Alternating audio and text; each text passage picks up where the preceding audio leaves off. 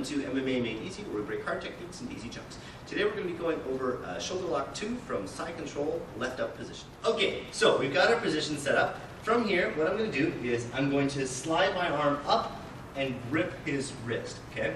Now, if he's already been put into gibble before, he's definitely not going to want to bring his arm up here.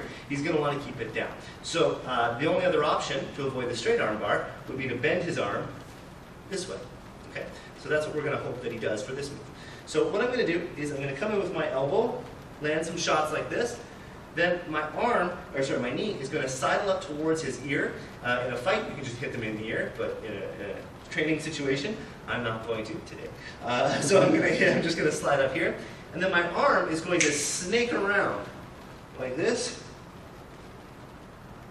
through, like that. Okay, so he comes up, I push. From here, I snake through, my hips lift, then I land on him, come around, and grab the arm. From there, I have the straight arm bar. His only option is to bend his arm. When he does, I've got him trapped here. Now this is the fun part.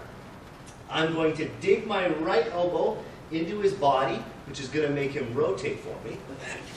Then from here, my left knee is going to come up onto his face, and push down. Now, if you're not feeling gentle, you can actually drop your knee on them. In this case, I'm just going to use it as leverage. From there, I'm going to use that to bend his arm. We're getting a tap there, but I'm just going to keep talking.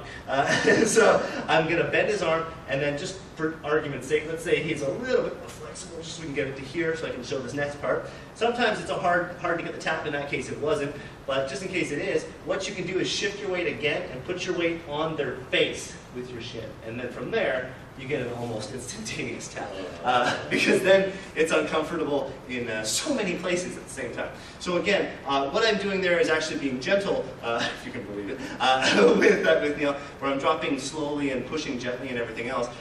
In a street situation, you can drop a lot of those motions down so that your knee drops onto their face, your shoulder drops down, your hand drops down, everything drops much faster. That would, of course, pop all sorts of things from it.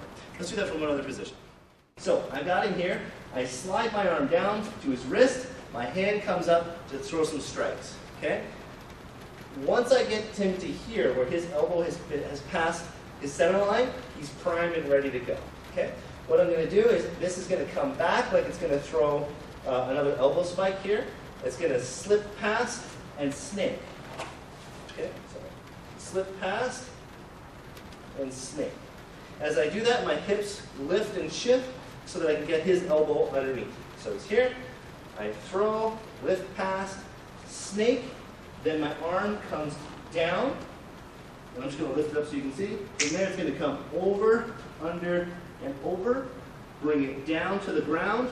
From there, sometimes you get the tap right away on the straight arm bar. If not, they'll bend it, which means I get the tap on the shoulder lock. If I don't get the tap, I can drop my elbow into the ribs, which makes them turn. Sometimes I'll get the tap right here.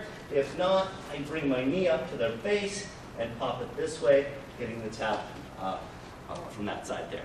Okay? So it's a multi-level thing. They might tap right away. If they know that you do this, then they'll usually tap right away to avoid this next sequence there, but that is the next step there.